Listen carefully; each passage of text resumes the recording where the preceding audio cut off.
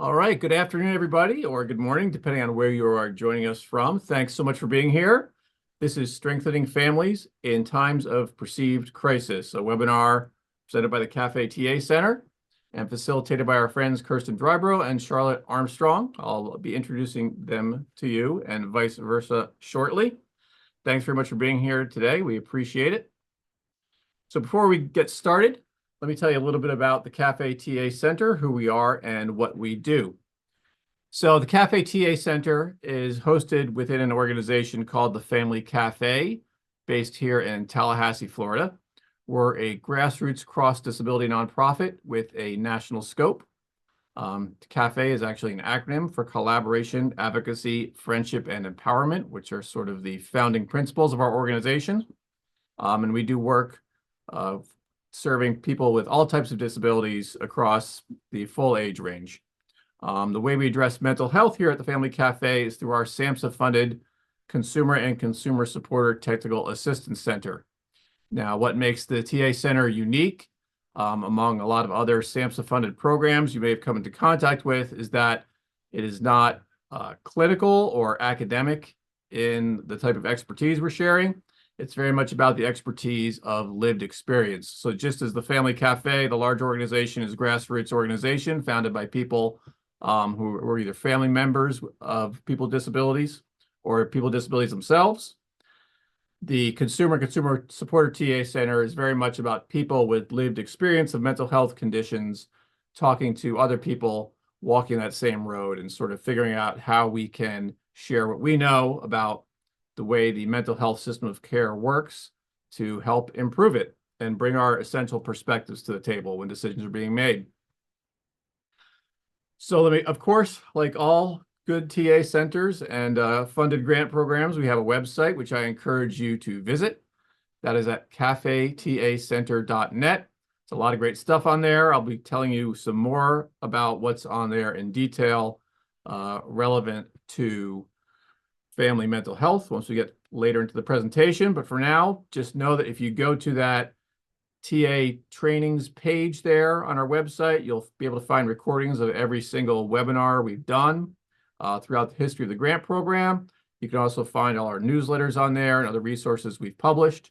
It's also a great way to join our mailing list, which I certainly encourage you to do if you have not. And finally, and perhaps most importantly, that's where you will find the recording of today's session. So once we're done here today, I'll go ahead and post that Zoom recording. It'll be both in the article about this webinar, which is currently on the homepage, and it'll also be on that TAC training page where all of the previous trainings are listed in chronological order. So please do check that out if you want to find the recording after the fact. A little bit about myself and my colleague John, to whom I will introduce you shortly. So my name is Jeremy Countryman. I'm the program director here at CAFÉ TAC, and I've been in that position as long as we've had this grant, which is now about 14 years. I'm both a person with lived experience of mental health conditions and also the parent of a couple different kids who have some stuff like that going on. So I've been in this world both as the person who was in a family who had a mental health condition and also as the parent. So that's the perspective I bring to this. I have with me my colleague, John Ferrone. Unlike me, he is in Hastings, Nebraska, where it's probably less warm than it is here in Tallahassee, if I had to guess. John's the training coordinator on our grant program.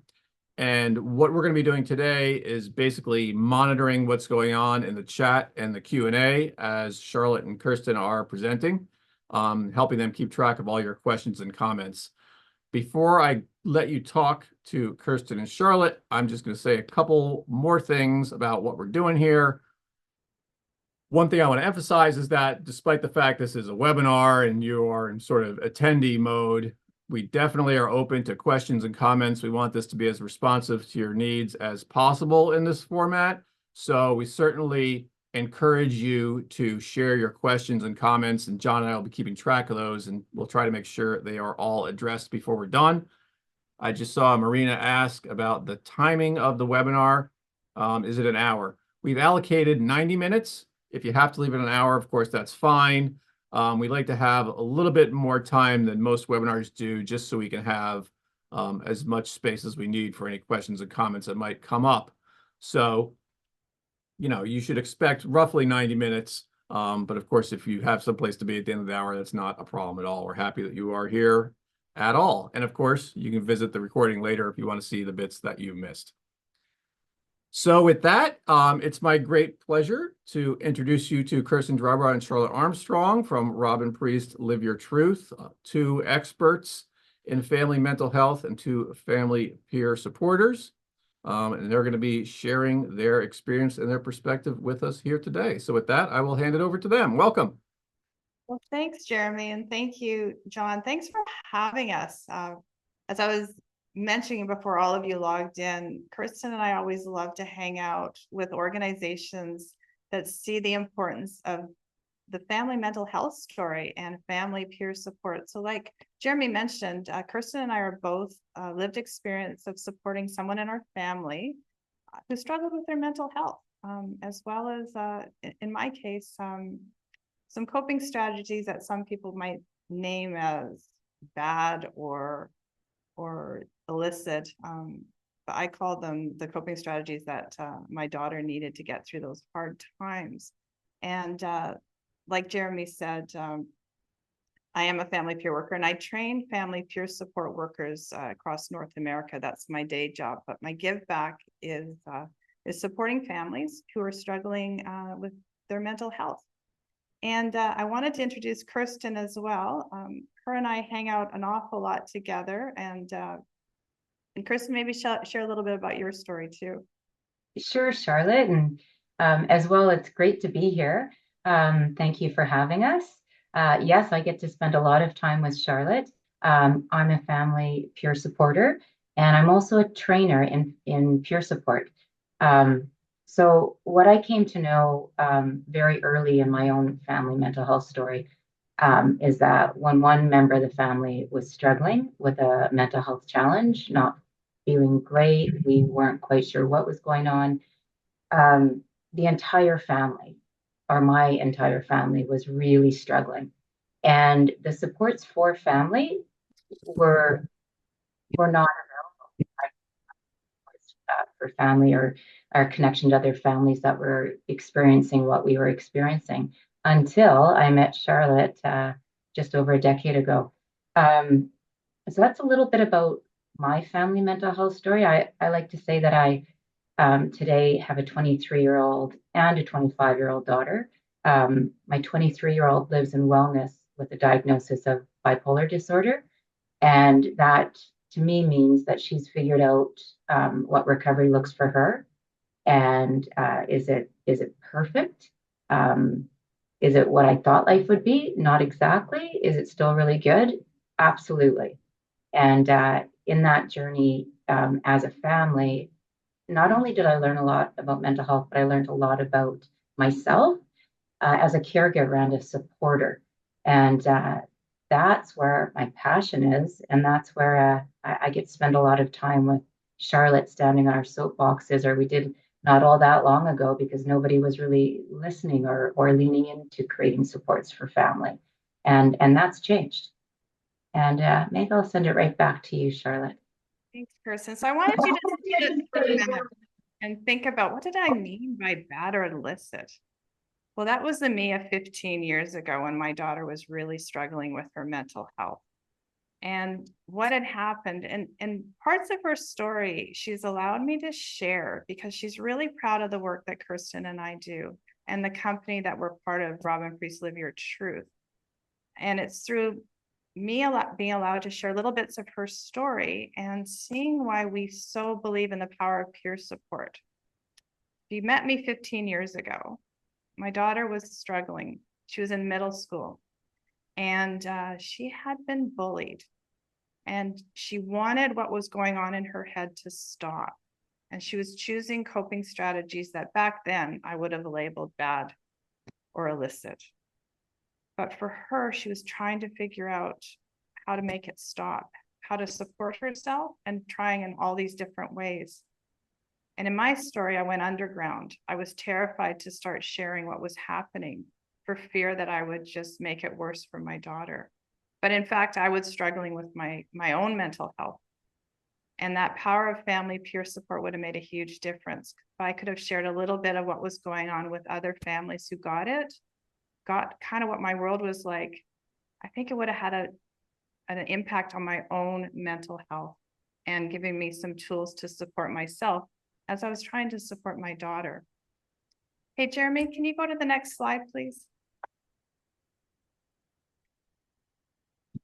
I want to just take a moment and chat a little bit about what family means.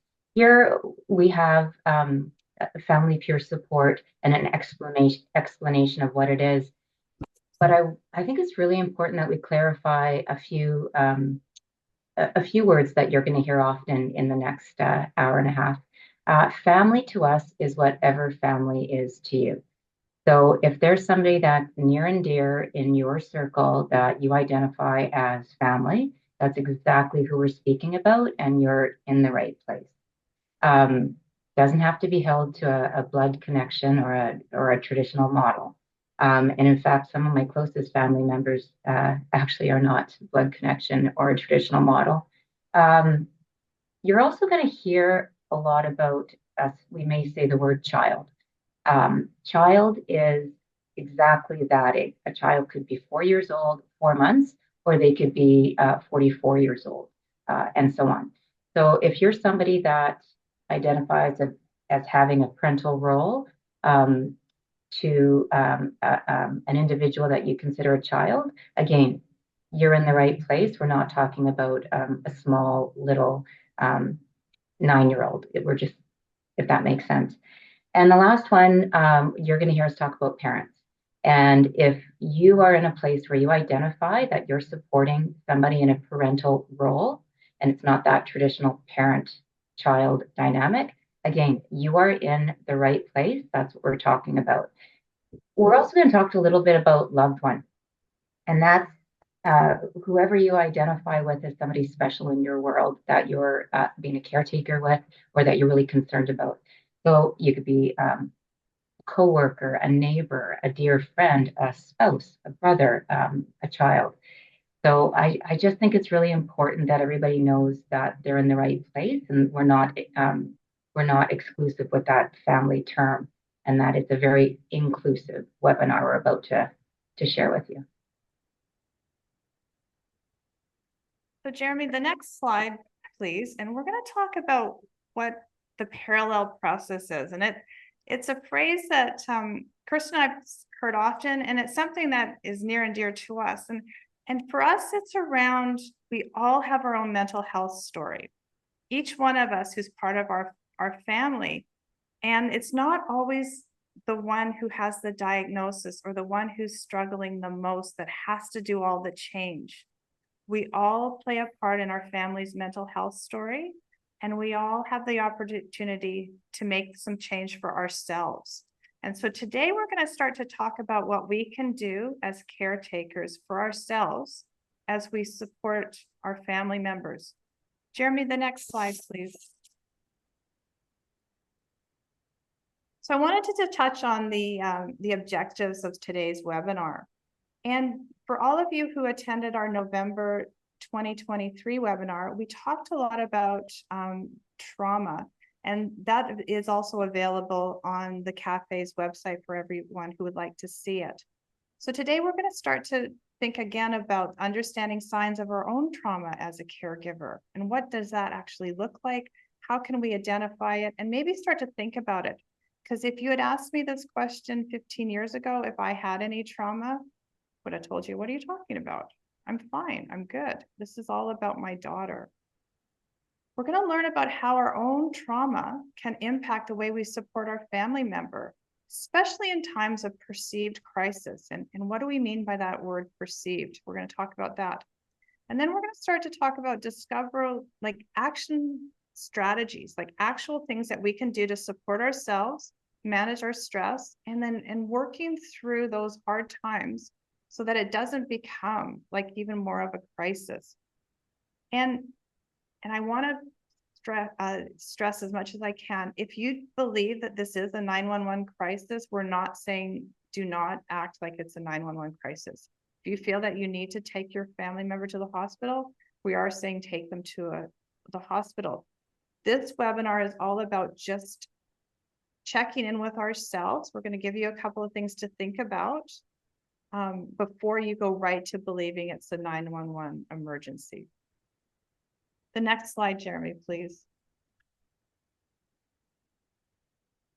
Well, when we think of perceived crisis, we absolutely first have to talk about trauma, because that really affects our perception of what's happening in the moment in those really hard times, and what we're talking about when we say perceived crisis. So defining trauma as a caregiver and as a supporter, I think is really important that we just spend a little bit of time here going back in time. If you would have asked me if I had trauma or how I was doing in my role as a caretaker and a supporter for my daughter during a really difficult decade, I would have said that I was fine, and no, I certainly don't have any trauma, and I'm all good, and probably would have leaned in and said, I just showed up to figure out how I can fix, save, and solve my daughter.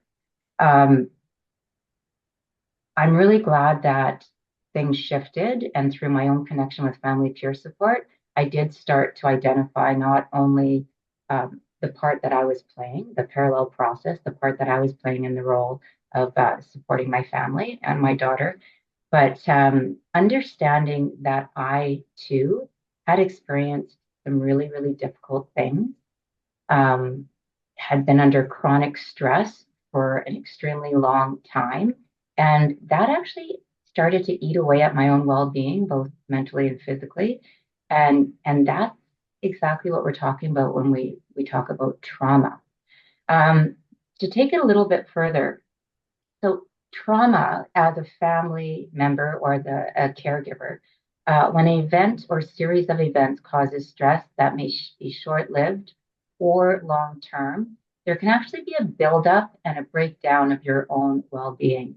And it can happen without even realizing it's happening, because our number one job is to show up day in, day out, 24/7 as that caregiver. And I didn't realize that I was becoming a fractured version of myself. Today, I can, and I have for some time, I can reflect and I self-identify as having caretaker PTSD, 100%, of having trauma at the hands of what the mental health story in my family and our family mental health journey. It would have been really helpful if I could have recognized that when I was trying to show up and be the best supporter, the best caretaker, the best version of myself for my daughter who was really struggling.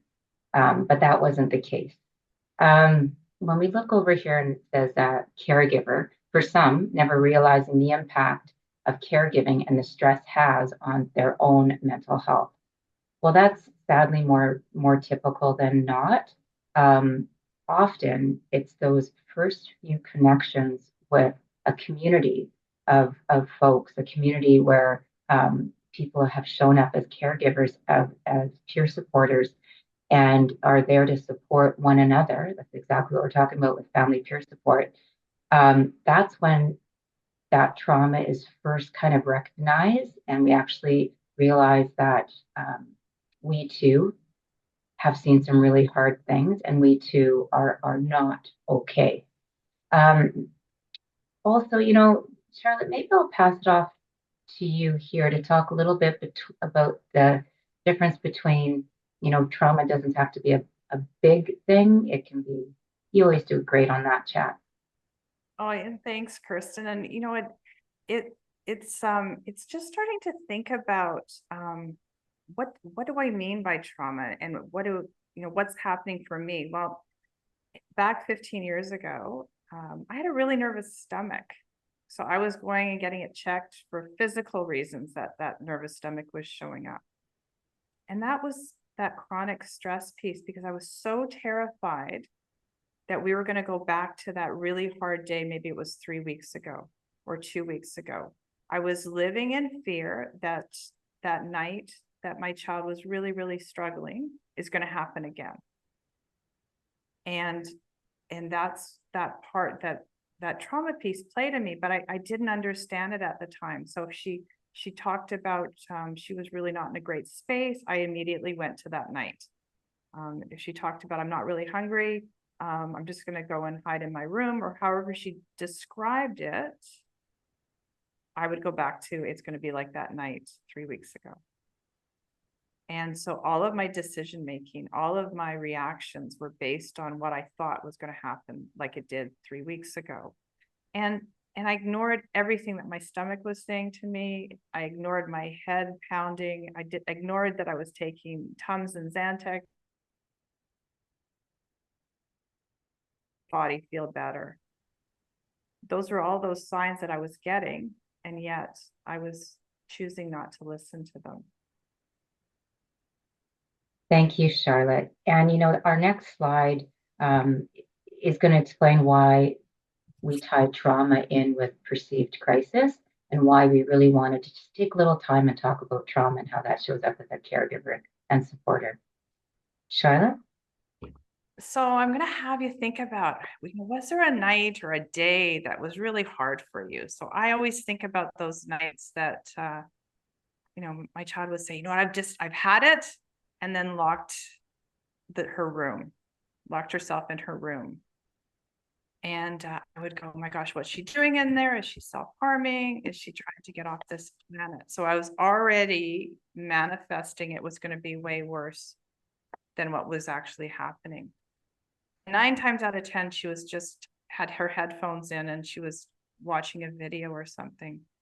But I was like, you got to let me in. I really need to see what you're doing. I'm really worried about you. Come on, can you just talk to me, please? And these were some of these conversations that I would be having through her doorway. And she would say, I just need to be left alone.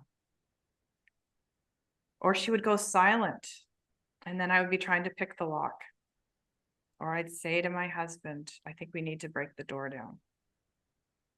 Again, I was making that night about what it was 3 weeks ago.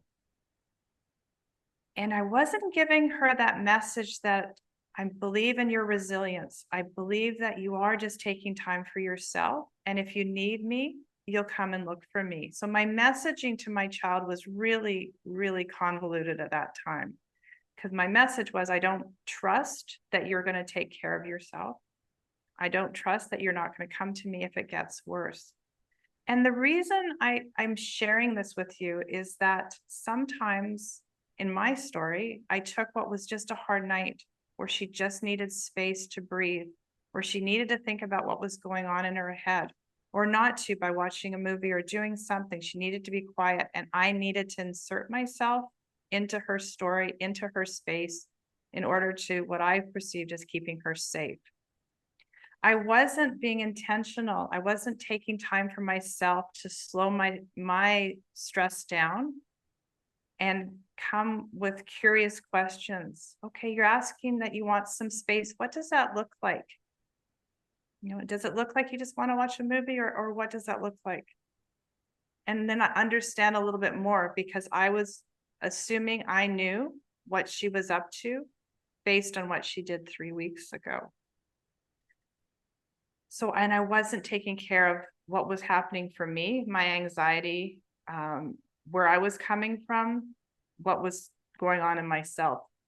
Because remember, the only thing we can change is ourselves.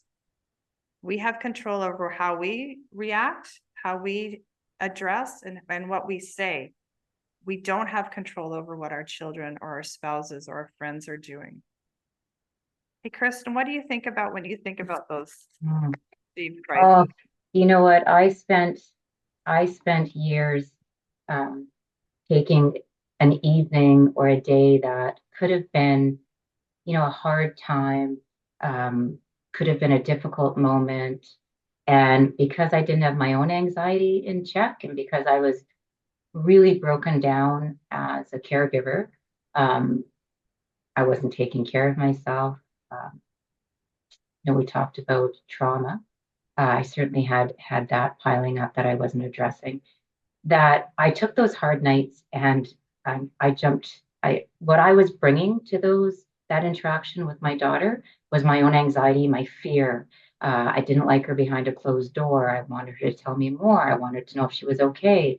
I didn't like her to be out of sight because she had a history of self-harming, and I didn't trust that she wouldn't do that. So I would follow her around the house, sometimes the neighborhood.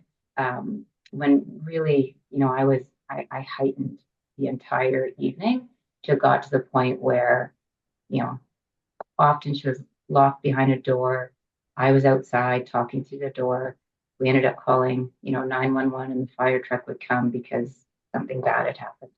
Um, Anyways, I sure wish the me of today could have had a conversation with the me back in time, who was trying to work through those hard nights and was not intentional, incredibly reactive, unable to see the part I was playing in the family story.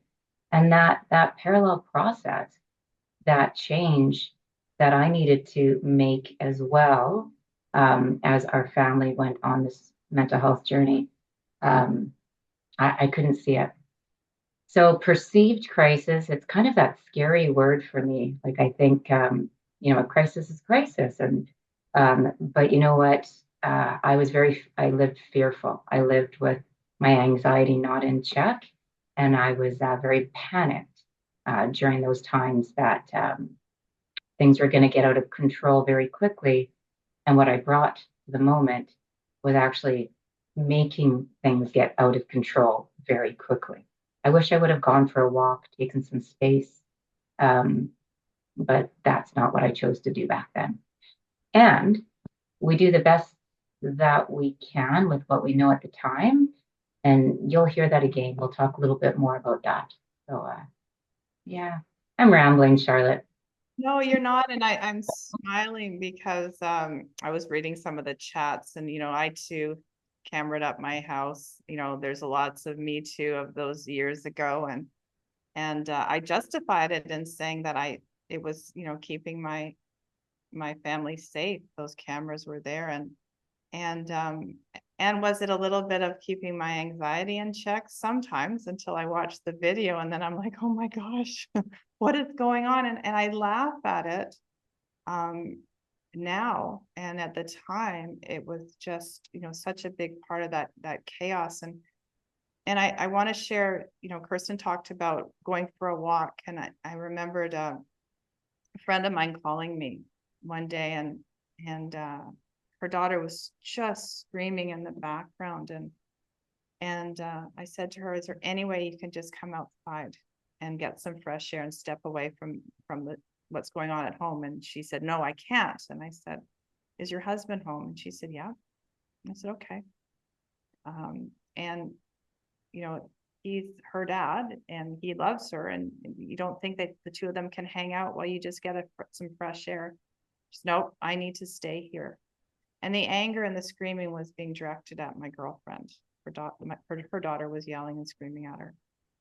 And she finally said, okay, I hear what you're saying. I'll come outside, but I'm not leaving my driveway. And we live close by. And I said, okay, I'm just going to come out and hang out with you. And we ended up going for a walk. And she did walk around the block. And when she came back, her daughter and her husband were sitting on the couch, and they were having a conversation. And the whole mood had changed in the house. And I'm not saying that my girlfriend was the one that was causing all of it, but it was just changing that dance, because when her daughter normally would yell and scream at her, she would engage by saying this. And it was the same story over and over again when this happened. But at this moment, my girlfriend had changed that story. She stepped away. She had taken some time for herself. She went outside for a walk. And when she came back into the house, her energy was different. She was a little bit more calm, and she was able to then to just see where her family was at and support them through it. So again, it's what we can control. We can only control what we do. And she used that example again and again. When her life got hard, she'd just go out for a walk. And she would just say to her daughter, hey, listen, I'm just going to take a few minutes, go outside, get a fresh air. And then maybe we can talk about this when I come back. And again, just changing that reaction. Hey, Jeremy? Charlotte, Yeah. before we move on, I'm seeing in the chat. I know it's hard to see the chat when we're talking. I can't keep up with the chat when I'm speaking. But what's coming up is people talking about the siblings having trauma. And we like to talk about the forgotten child. Maybe, do you want me to talk a little bit, or did you want to address that one? Keep going, Kirsten, and Yeah, then and then you'll add, again, gosh, and like if the me of back then or of today could have spoken to the me back then, because yes, as I said earlier, it affects every member of your family, especially if you're all housed under the same roof. And in my own family story, I have two daughters, and Charlotte's is the same. And we talk about the forgotten child, and in my story, that's my one daughter who um, tried not to cause any issues for our family, tried not to step out of line as a teenager, and who saw some really hard things and was shaken to the core many times at the hands of what was happening, within our family home.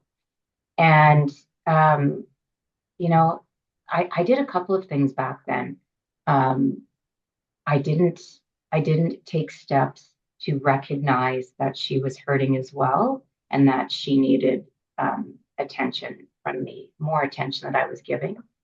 And I take it even a little further. I actually spun this little home of secrecy where I would share with my daughter because she was witnessing things, and I would bounce things off of her, almost like bring her in as a third parent, um, because I didn't want anyone else to know what was happening outside of our home. And that, along with witnessing and events and chronic stress, really, really took its toll on my daughter. I'm really lucky to say that,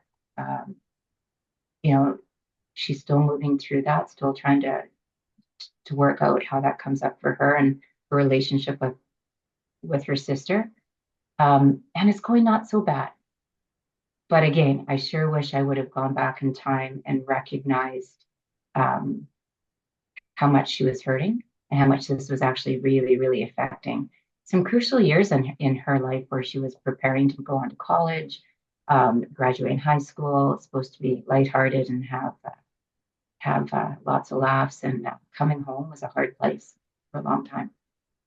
Yeah. Charlotte? no, and I too, this forgotten child subject is such an important one that Kirsten and I talk about quite often. So I have two daughters, like Kirsten mentioned, and my youngest, she was the one that would tell me, I'm fine, Mom, I'm good. She didn't want to add any more stress to my life. And she got herself up and went to school. She did all those things and never, ever wanted to add any more stress to my life. So when I'd ask her if she's fine, she would say she is. And I was so consumed with just hearing that she's fine and continue on, not really listening to what she was saying, not taking notice. And I wish I could go and do a few of those redos, and it would have spent a lot more time validate what was going on for her, supporting her. Because I would say things like, we're going to be taking care of your sister for the rest of our lives. And so my youngest thought, oh my gosh, this is going to be my life forever. Because she witnessed some really hard things too.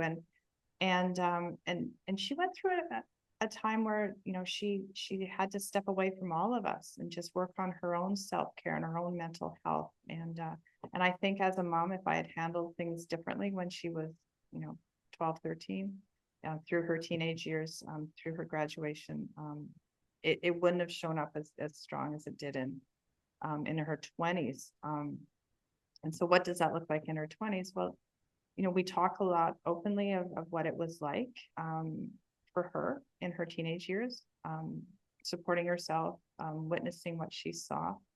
and living with that that chaos, which she didn't sign up for, right? You know, that's not what she wanted. And not being able to share it with her friends, exactly what was going on. And I tried family therapy with her. I tried to get her to go to counseling. It wasn't the right fit for her. And I didn't spend enough time finding what that right fit was. You know, when we know better, we do better. We share that line all the time because I was doing the best I could at the time with the tools I had. Yeah, and before we move on, I'm just going to add something quickly, because somebody was asking, which you answered, if we go there and revisit what happened during those hard times today with our daughters, the forgotten child, and they both handle it on their own terms.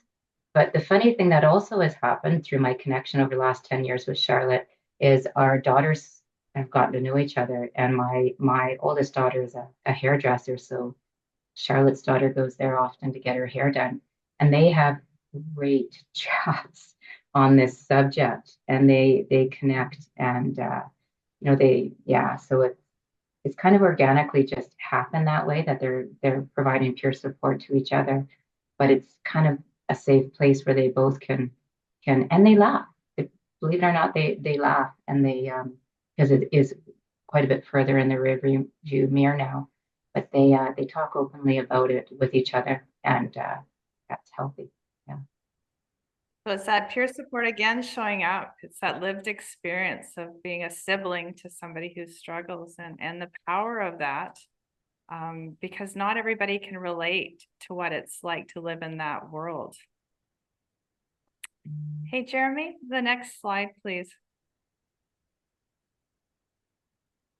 So here we're going to talk about strategies for managing stress and trauma. And ideally, this is before those hard moments, hard evenings, perceived trauma, or perceived, it all happens. So this isn't to do in the moment. That's what I'm trying to say. But practice self-care and make yourself a priority.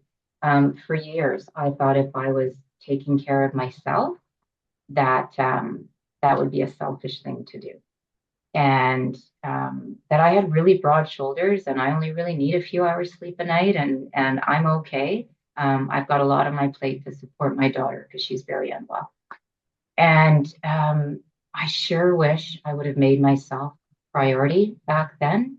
Again, because I wasn't okay, I was fractured, and I wish I had a true practice of self-care. I wish I walked more. I wish I stepped away. I wish I didn't lose some connections with friends that I was afraid to be around because I thought they might ask me questions of what's going on. So I wish I did things that mattered to me and filled my own cup, my own heart. But back then I didn't, and that would have given me more strength for managing those difficult times. The other point here, seeking out support just for you. It could be peer support, it could be a trusted friend and or clinical. The most difficult thing that I had to deal with, one of the most difficult things, was the shame and blame that I kind of cast upon myself as a parent back then, because I truly felt if my children were not thriving, then I was failing them somehow, and I wasn't providing something that they needed. I was falling short. And wow, if again I go back to, like, if I could have met the Charlotte of today a decade ago, and or the me of today, and had some conversations, drank some coffee, threw things out there, it really would have changed my entire perspective, and it sure would have got me thinking a lot.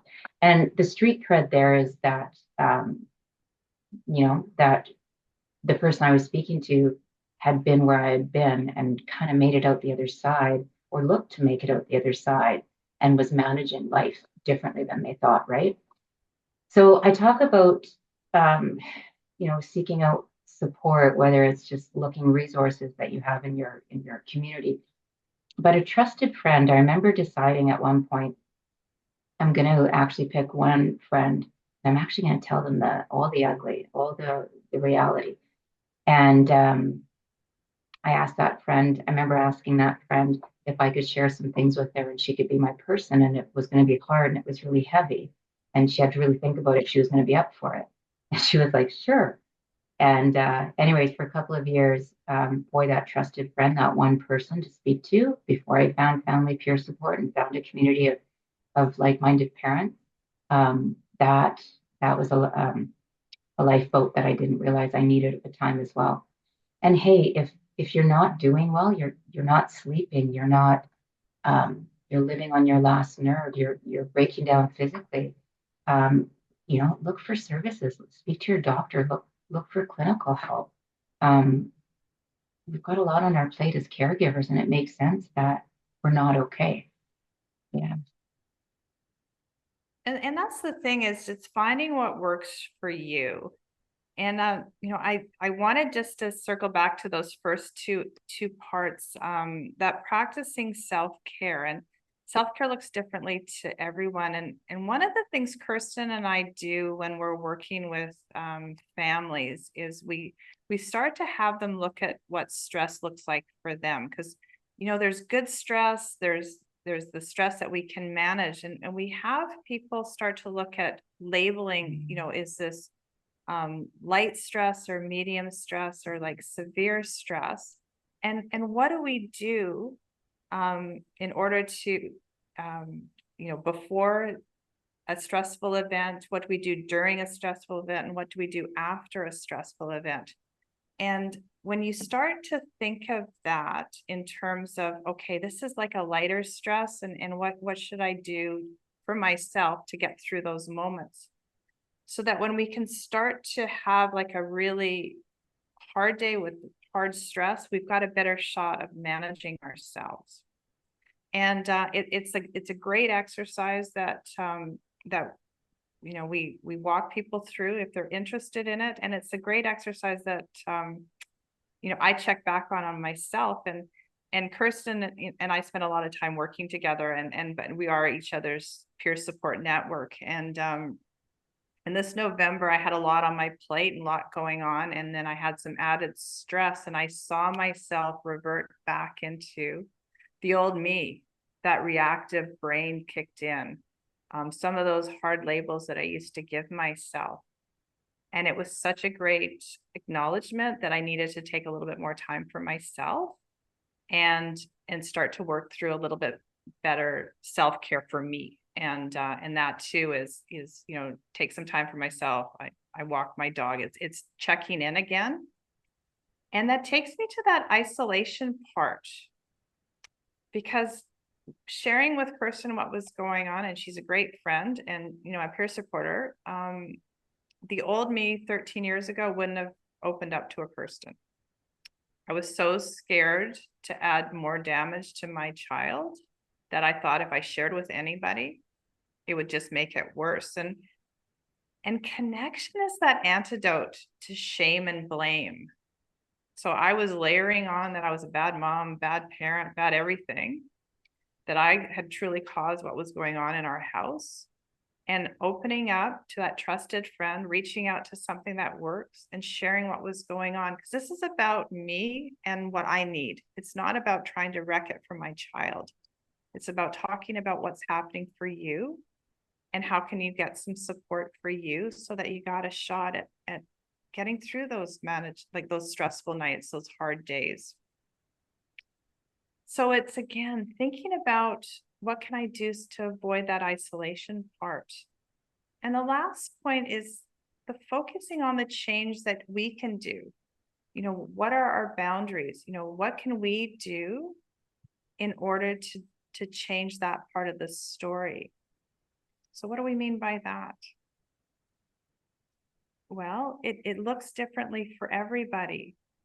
But in my family story, when my daughter was having a really, really hard night, lots of yelling and screaming usually took place. She'd shut her door. She wanted space from the rest of us just to think it through. I was pushing that, no, you need to keep your door open. No, you need to do this. And when she felt that she wasn't being seen or heard by what she needed at the time, that's when her anger would show up. And I, of course, would keep pushing it and pushing it for her to quieten down and settle down. And 9 times out of 10, my actions and what was happening for her would just feel even more of a crazy experience in our house. And the reason I share that is because I could have walked away. I could have said again, and I know I'm repeating myself, but I want you to hear it. I could have said to her, I trust you in this moment that you're going to do what you need. And I trust that if you need me, you're going to come and ask me for my help. Again, it's focusing on what I can change in that story.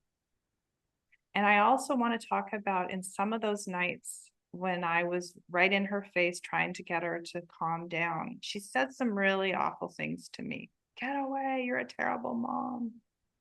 She just wanted space from me. And again, I was that, I'm here, I'm just going to do whatever I can do to get you to stop. And when her and I have conversations about what was going on back then, my daughter will always say to me, you know, I didn't mean what I was saying. And I'd say, I know you didn't. She said, I just needed you to step back and give me some space. You just didn't believe in me that I could get through this hard night. And I said, no, I didn't believe in it. Again, it was my anxiety that was talking. Hey, Kirsten. Yeah, you know what? I think I can get stuck on this slide. So I think I'm going to say, let's move on because I'm going to try to be a better time manager. But yes, thank you, Charlotte. So what do we do in order to not go to that place of where our anxiety is taken over? Our reactive brain is taken over. And these questions aren't in any order, and maybe some resonate more with you. But these are some of the things that we ask ourselves now, like Kirsten and I, when we're going through a hard night or a hard moment in our family. Is this a 911 crisis? Or is this my own perceived crisis? I do that anxiety and wellness check on it myself. Where am I at with my anxiety? So when I talked about November, my anxiety and my wellness was not in check. And that reactive brain of mine kicked in. And it was really taking a look back on what could I have done differently. I want to again say, how do I want to show up in this moment? Intentional or reactive? So remember what I said, was I sending out that message to my daughter that I trust that you've got that resilience within you to support yourself? Or am I giving her that message that I don't believe in her? I don't believe that she has the ability to support herself. So again, checking in, how do you want to show up? And then are my own expectations in check? Again, am I sitting in the moment of what's happening in the here and now right now? Or am I thinking it's going to be that hard night 3 weeks ago? Where am I at with this in my head? And if I am thinking it's going to be that a night like 3 weeks ago, what is my justification of it? Is it my anxiety that's saying that? Like, really ask yourself these questions. Kirsten? Yeah, and the last few, am I making boundaries clear, or am I trying to put boundaries around my loved one? You know, that goes back to, we can only control our own actions. We can control how we react to that situation that Charlotte was talking about, how we want to show up. So when we start thinking about boundaries, think about, you're not trying to control your loved one's actions, especially when you're about to walk into some perceived crisis in a difficult moment, because the only thing you have control of is your own action. If you can just pause and identify, am I adding chaos to this moment? Is what I'm about to say or engage with, is this going to heighten everything? Why am I saying this? You know, really think about being intentional and what you're about to add to that moment? And what are my assumptions and biases in this situation? Am I taking it to worst case scenario? And my gosh, going back a few years ago, I would, if my daughter was going to be home at a certain time, or I couldn't get a hold of her. Wow, could I go to worst case scenario? And my biases were not in check. Old things were coming up very quickly because, again, I wasn't taking care of myself. Even not all that long ago at times when things got hard. But a cute story is that my daughter was living in the mountains, Canmore, Alberta, and for a couple of years. And she, I was getting a little worried about her. My spidey senses were up a bit. And she called me really early one morning. I really screwed up. I'm not sure what to do. And I instantly just like my stomach dropped. And then she continued to tell me that she told this boy she was dating that she had some really strong feelings for him. And this was the I really screwed up. My head was not going there. My head was going, something really awful was happening, and she was engaging with things that were not good for her. But yeah, so it made me smile and laugh. Yeah. But if we can pause before we engage, wow. I often put my hand on my heart and I take a deep breath and I just kind of center myself because I need that moment of clarity before I engage. Yeah. Next slide, please, Jeremy. But you know what? Hey, Kirsten, I'm just gonna pause for a second. I was just reading Gail's comment. Maybe we can just because it just kind of flows from that last slide. So Kale asks about what happens if your child is struggling, but also being physically and verbally abusive to you. And the reason I wanted just to bring that up now is because in this part, I think of the chaos, I think of the boundaries, I think of like those parts that we've just talked about and how we can only control ourselves. We can't control them. And as hard as it is, Gail, if you can just say, hey, I trust that I hear that you're struggling. I see that you're struggling, but right now this physical and verbal abuse that you're dishing out on me is not working for me. And I'm just going to take a moment and step away. I really care about you, but I also care about myself. And those kind of things that you have to start to think about. We work with a family where the mom had to have a restraining order on their adult child. Actually, there's two families that we've worked with where that had to be the case. Hardest thing they ever had to do. And yet, in both cases, it's their son. And they acknowledge what they did, the child.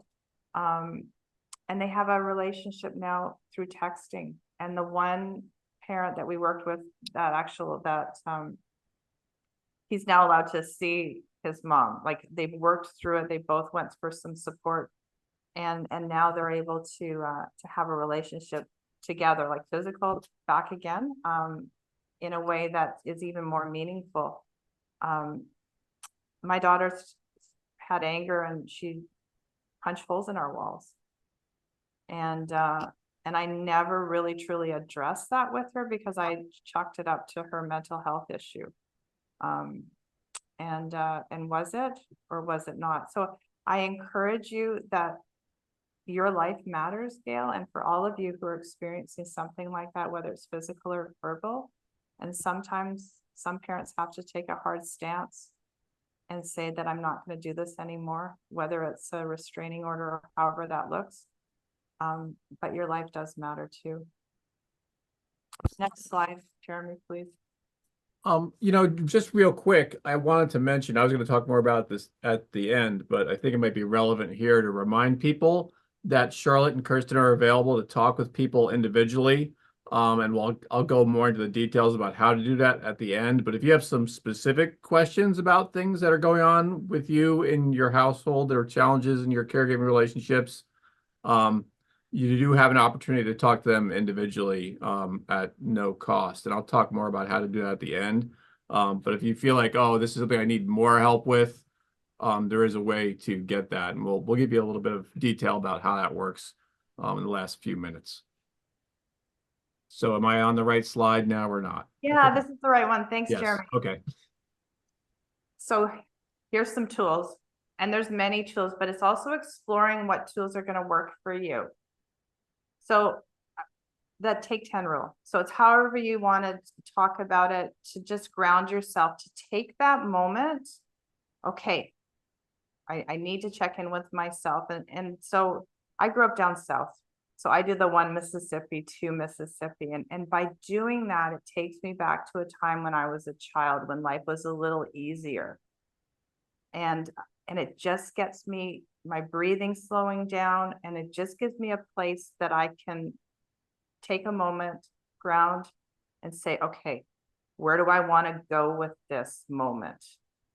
So I encourage you to think about what might work for you, whether it's breathing or grounding, or just look at how can you just pause, slow your breathing down before you make that next step. And validate, that's one of my personal favorites to, in those times of hard nights, if you can approach your loved one and validate where they're at. They're not, don't dismiss their feelings or what they're feeling, or, but to actually validate, say, wow, it looks like I can actually sense you're having a hard night. I can feel it just in your body. And no, I don't know what that looks like, but I want you to know that I'm here to support you. Let me know if there's anything I can do while you work through this. To react with anything less than validation is to create disconnection and to take a hard night into more of a perceived crisis evening. Yeah. Charlotte? Yeah, the stay calm and be patient. Oh yeah, better, easier said than done. But what I want you to think about is when we walk into a room, we have energy about ourselves. And if we have that heightened, anxious energy, the rest of the room feels it. If we walk in with that anger energy, everyone in the room feels it. So if we can be mindful of coming in with a little bit more of a calmness, we have a better shot at validating, at that patience piece that I want to talk about too. I see that you're having a hard day. Do you want to share what is happening? As opposed to saying, oh my God, you look like you're so struggling. Because you're going to get a different answer in how you present yourself and how you show up and how you start to ask those questions. But validating is the biggest thing for Kirsten and I is, hey, I hear that you had a hard day today. Do you want to share a little bit about what was happening? And then listen for what they're going to say. Don't listen to respond. Like really listen to what they're saying. So if you've grounded yourself, if you're coming in a little calmer, you have a shot at actually listening to what they're saying, as opposed to you're already thinking about what you're going to say in order to fix the story or fix the situation. And have a plan B. I wish I could have gone back in time and kind of had a solid plan to lean back on in those really difficult times. And I mean, that can look many, many ways. That can, in my house, that could have looked like my husband stepping in and saying, hey, Kirsten, you know what? I can sense you're not up for this tonight. Why don't you go for a walk? I've got this. And take some space. I'll deal with this right now. Or plan B could have been, knowing that I have a relative that my daughter likes to hang out with and is having a really difficult night. An option on those difficult nights is to maybe go over to her aunt's house and hang out with her kids and maybe just get some space from our house and our family. Or it could mean something completely different where you're going to access the crisis stabilization unit. That's something here in Manitoba where, she could be safe and talk to some a clinician and spend the night in a safe place where she's being monitored. Lots of ways that plan B could have worked out, but without a plan B, things can escalate really quickly. The other plan is one that you've waited 4 months for your child or your partner or whoever to see this awesome clinician. And they go to the first appointment and they say, I don't like the guy. And the old me would have said, but you're still gonna go. This is the best one. You know, why doesn't it feel like it's the right fit for you? And actually listen to what they're saying. So that's another one of those plan Bs. And Kirsten touched on that, when to give space and when to take space. Because when, you know, I was given the opportunity of, hey, listen, I've got it tonight. Why don't you go and watch that movie? Why don't you go out with your girlfriends tonight? You've said no 10 times. You know, they really want to take you to that movie. I 9 times out of 10, I would have said, no, I got to stay home. I wasn't giving her space and I wasn't allowing myself to take some space. I was just so right into the trenches and I just couldn't see past what was happening in my house. And listen to your gut. That's always a really important one, whether it's embarking on one of those hard nights, hard days, or you know, you're trying to listen. A service provider is sharing with you, or whatever it is, listen to your gut. So if you're taking care of yourself and you have your anxiety in check and you're practicing self-care, and something's just telling you that, you know what, I got to stay close tonight because I'm not feeling good about this, don't dismiss your gut. That's an important one too. Yeah. Hey, Jeremy, the next one.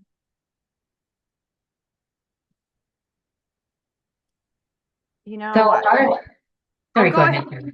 I know it's true. I was going to say, I love this slide because back in time, yeah, I would not have been open to this. And I hope you're all open to this, especially those that are really in the trenches right now.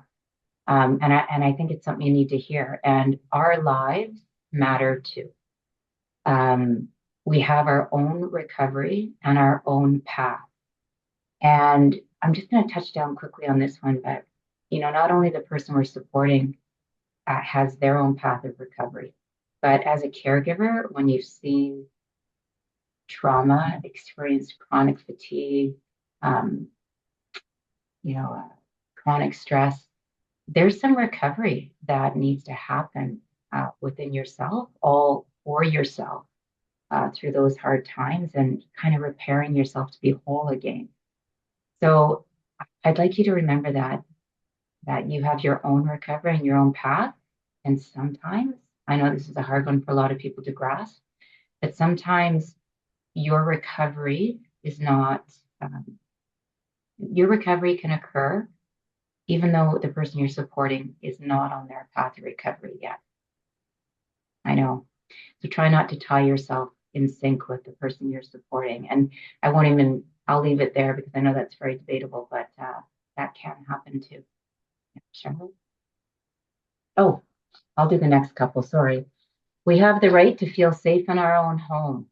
This is our right as homeowners, as people that we have the right to feel safe in our own home. And that may be around putting our boundaries up with what works and doesn't work for us and how we are treated as caregivers and what we are comfortable with as caregivers. Doesn't mean putting boundaries around the person you're supporting. We have the right to say no. And I remember hating at times knowing that things were going to explode and be really difficult. And it was hard to say no. But you know what? We have the right to say no, and that's don't think out anything other than that. Charlotte? You know, and I just want to say that we have the right to our own boundaries. And if that is that, hey, I want to live in a safe house, I encourage you to start to look at how can you create boundaries that allow you to live in a safe house. So just to start thinking about it. We have the right to our own support system. I hear so often families saying, my child doesn't want me coming to this. Well, that's not up to them. This is your own support system that's separate from your child's. This is your own support system of supporting you as you're a caretaker, as you're a caregiver, as you're a parent, whatever your titles are. This is about you and your support system. And this is an interesting one, this last one. We have the right to not fix, solve, and save our person, our family member, but to instead support their empowerment and their recovery story.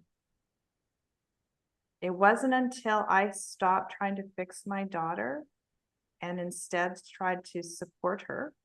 And I said tried, it took a lot of practice and a lot of patience with me, but eventually I got it. My role was supporting her as she learned what her recovery story was. And when I changed that within me, and we celebrated when she started to figure it out, and we shared when it was harder for her, but it was when I stopped trying to dictate what it looked like. And again, that empowering, that supporting her empowerment, that's when the story changed. But the story also changed in my family when I started to make change for myself, when I started to take better care. Everybody else started to notice. And we started as a family having more honest and open conversations about each of our mental health story. That's when I started to hear more about my youngest, what was happening for her. That's when my oldest started to share a little bit about her different choices for supports for herself. And I wasn't coming in furious, but it was with a more of a curious lens. Again, our lives matter. So next slide, Jeremy, and it's our last slide, and we're going to start the Q&A. I want you to think about giving yourself grace. And these are some things I want you to think about as you finish off this webinar with us, as you go forward into the rest of your Wednesday. Our self-care is not selfish. Our self-care is a gift we give ourselves and our entire family. And we do the best we can with the tools we have. And when we know better, we do better. And we matter too. So I wanted to open it up. Jeremy and John, I know that there's some questions and some comments. And this is really about where you want to go for the rest of you here. Any questions you have, we've got a good, 20 minutes left. Yeah, so if you have any question or comment, feel free to go ahead and put it in the chat, or use that Q&A function there that's available in Zoom, and we will get to them. Charlotte and Kirsten, I wanted to go back to a comment made by Jenny earlier on. Was it Jenny? I can't remember the name. I think it was Jenny. And she said, going through a crisis the first time is really scary. And the more and more you go through it, it becomes, she didn't say it this way, this is my words, it becomes old hat, less scary. We've got 97 people on today, and I can imagine that there's some people who this is all new to them, and it's very, very scary. And I guess on their behalf, I just want to ask if you can just take a couple minutes to talk about when and how it became, or if it ever did become less scary for you going through these crises. Yeah, maybe I'll start with that, Charlotte. And, I can totally get where Jenny's coming from. And I think going back in time, when those things were so scary, they were also, and I can only speak to my own family story, they were also new to me, and I didn't understand what a panic attack looked like, or delusions looked like. But I think what really added to how scary it was for me is I really felt that I was the only one on this planet that was able to keep her on this planet during those years. And that if I took my eye off my role, my job as a 24/7 caregiver, I quit my job, I stopped seeing friends. I think the pressure I put on myself to be 24/7 vigilant and how scary that was. When I started to, you know what, I'm just speaking from my own story, but when I started to believe, two things happened. When I started to believe there was more than just me here on this planet, keeping her here, and whatever higher power you believe in, that there was a higher power that was also working on this with me. And then when I started to educate myself, build tools, change my approach, look more at my actions, I'm only speaking for myself. For me, that's when things started to shift a little bit and became less terrifying. Yes, they were always scary. And you live in fear of the next moment or trying to get through the day often. But those were the two things that really shifted for me. Charlotte, did you want to add? And I think of, when John, you're giving us that question, I go back to like the worst night ever. And I can go back there pretty easily in my head. And I remember sharing that story with a friend who was horrified in what I was sharing. And so that added even more angst to how I was feeling. But what was interesting about that night is it was not the worst night for my daughter. In fact, she was like, that was a nothing night, Mom. She has it didn't have that same impact on her that it did for me. And it wasn't until I started to share with and I know we're pushing family peer support, but it wasn't until I shared it with somebody who had lived experience, who validated the impact it had on me. And then we started to discuss, what that night was like for me.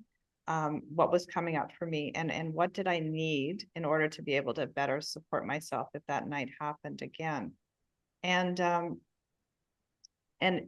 I didn't share that, like that self-care piece or that sharing with a peer or whatever.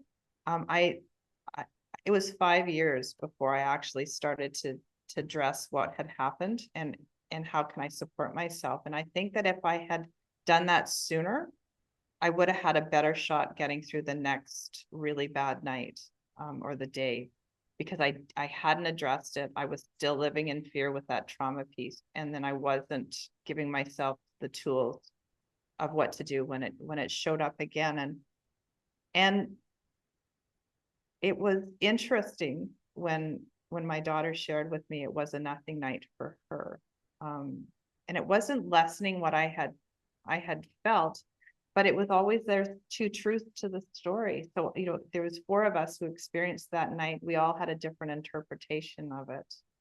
And it was about what could I do to support myself through it.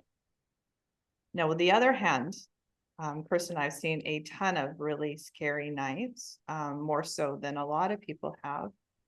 And in our job now, supporting family peer workers, but also in our lives, we have the tools so we can get through those hard nights so they don't have that same impact on us. And we're able to, continue on with our lives without it impacting so greatly like it did before. So I encourage you, if I could encourage myself 13 years ago, spend some time, look at how stress impacts you, spend some time. What are your go-to reactives? How do those serve you? Are they something that serves you well or not so great? And really start to evaluate, where do I need some more tools of support so that I have a better shot of supporting myself in those hard nights?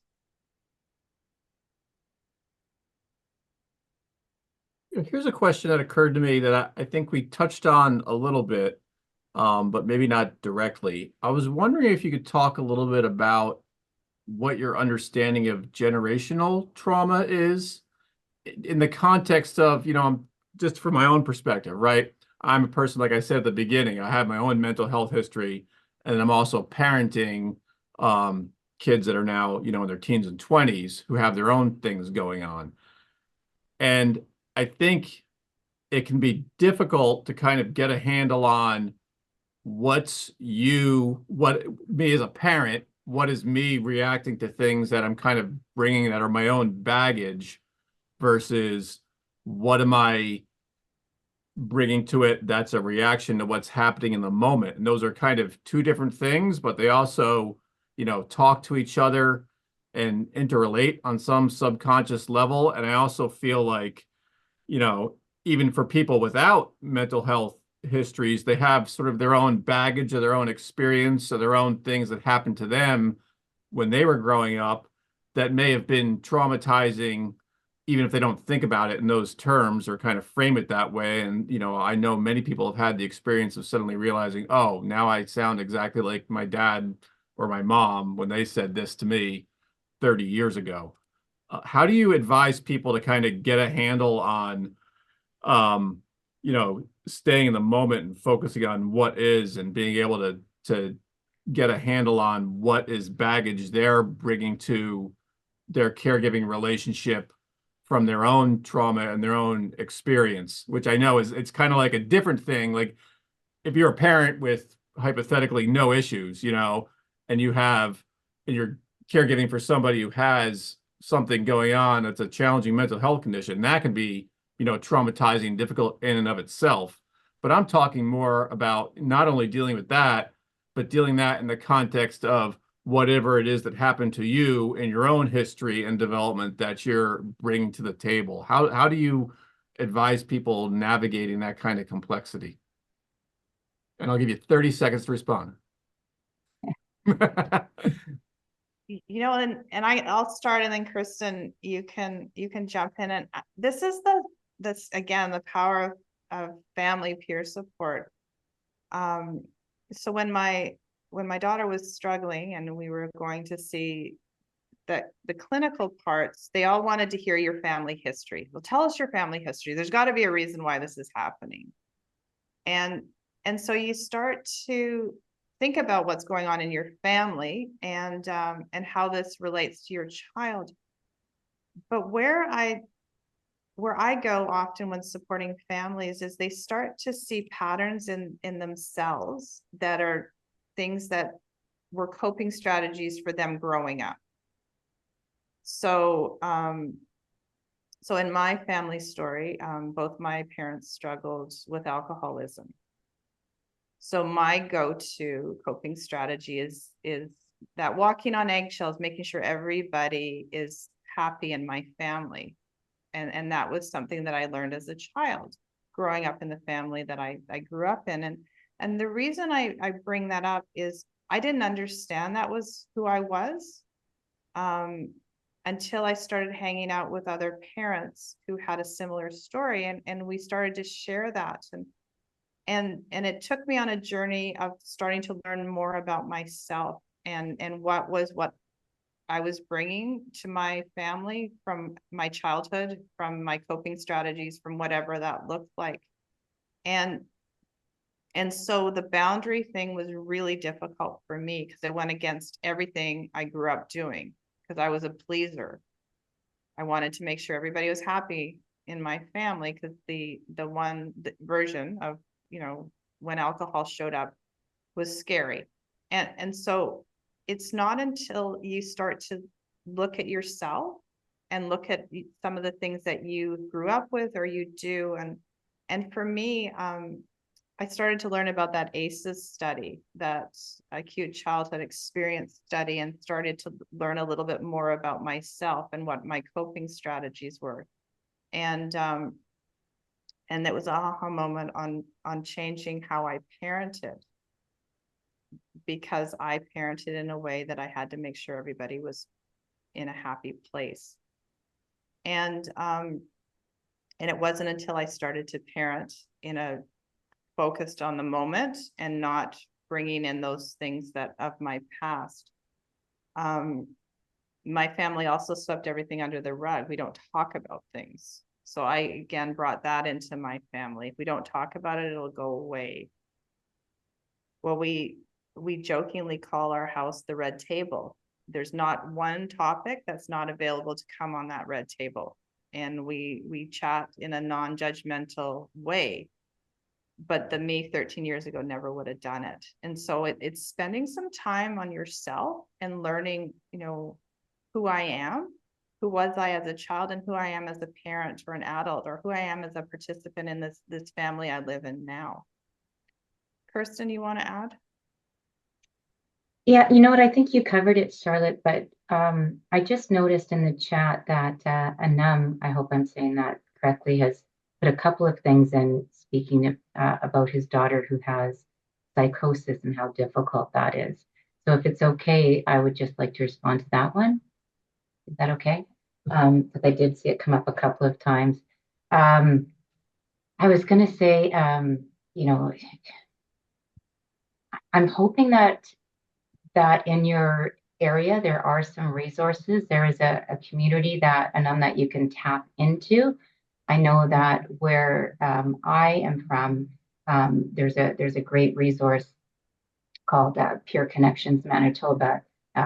Prior to that, it was called Schizophrenia Society of Manitoba. And they have some really good supports for family, specifically for family. Yeah, and I hope that those really scary moments for you may get more manageable with the tools that you start to find, perhaps, or the community you start to build, and the lessons you learn from other families. But one of the things that Charlotte and I always support families with is not getting confrontational. I'm certainly not suggesting you do this, but sometimes folks spend a lot of time trying to give their reality when their reality is not the reality of the person they're supporting if they're struggling with psychosis. And that, not to dismiss what they're seeing or what they're feeling or what they're experiencing, because it 100% is their reality. And just learning those tools, how to have conversations through difficult times where you're supporting them and supporting yourself at the same time, and creating a connection where everybody feels safe. Yeah. Did you want to add to that, Charlotte? I think we're going to turn it over to Jeremy. I'm mindful of time. Okay. Okay, well, thank you for that. And thank you to everybody for being here today, and of course for being so open and willing to share about what's going on for you in your own situations. I know we're talking about things that are stressful and can be scary, and sometimes, opening up about that kind of thing fits in that. And we're honored by the fact that you're willing to, come on our platform and share with us what's happening for you. So before we run out of time, a couple of things I want to just remind you about. First of all, we'd love for you to check out our online workshops, our Support for Families series that's available on our website. If you visit our TAC trainings page at CAFÉ TA Center, you'll see it there as a link. It's also, the website is there, right there on the slide. So basically, Charlotte and Kirsten developed for us a whole lengthy 5-module sort of support guide for people in supportive relationships in their family with some of the mental health condition. It covers a lot of the stuff we talked about today and way more. And the cool thing about it is that not only is it a PDF that's broken up into different chapters that address the different topics, but they're accompanied by online videos.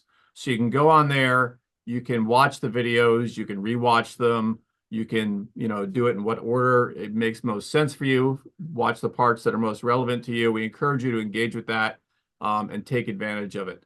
And I'll certainly give you more information about that in an email I'm going to follow up on our webinar with. So please do check that out.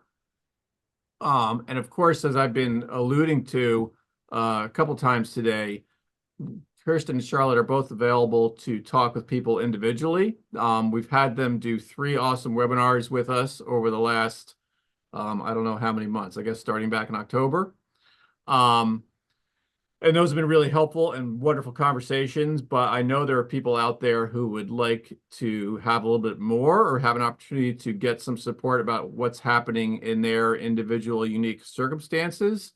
And that's something we've contracted with Kirsten and Charlotte to provide. So this is something that's available to you at no cost. You can see both of their email addresses there on the slide. Kirsten at allinfamily.ca or Charlotte at robinpriest.com. Of course, you can always contact me at the CAFÉ TA Center, and I will put you in touch with them if that's something you'd like to take advantage of. Certainly encourage you to do that. So with that, that pretty much brings us to the end of today's webinar. Of course, we'd love to know what would be meaningful for you, what would be helpful for you, topics you'd like to see us address. We have a little more than a year left in our current grant cycle. So if you have suggestions about things you would like to see us address in that time we have left, definitely drop us a line and let us know, and we can see what we can do to make it happen. Finally, one last time, there's how to find all of us. CAFÉTACenter@gmail.com is the way to reach out to us here at CAFÉ TAC. And of course, the recording will be up there on cafetacenter.net just as soon as Zoom is done processing it. I'll go get that link as soon as we're done here, and I'll put it both in the article about this webinar and on that TAC trainings page. So with that, thanks very much once again, Charlotte and Kirsten. And thanks, John, for being here and helping us keep track of everything going on in the chat and the Q&A. And I will look forward to seeing all of you again soon. Have a great day, everybody. Thanks for having us. Thank you. Stay well.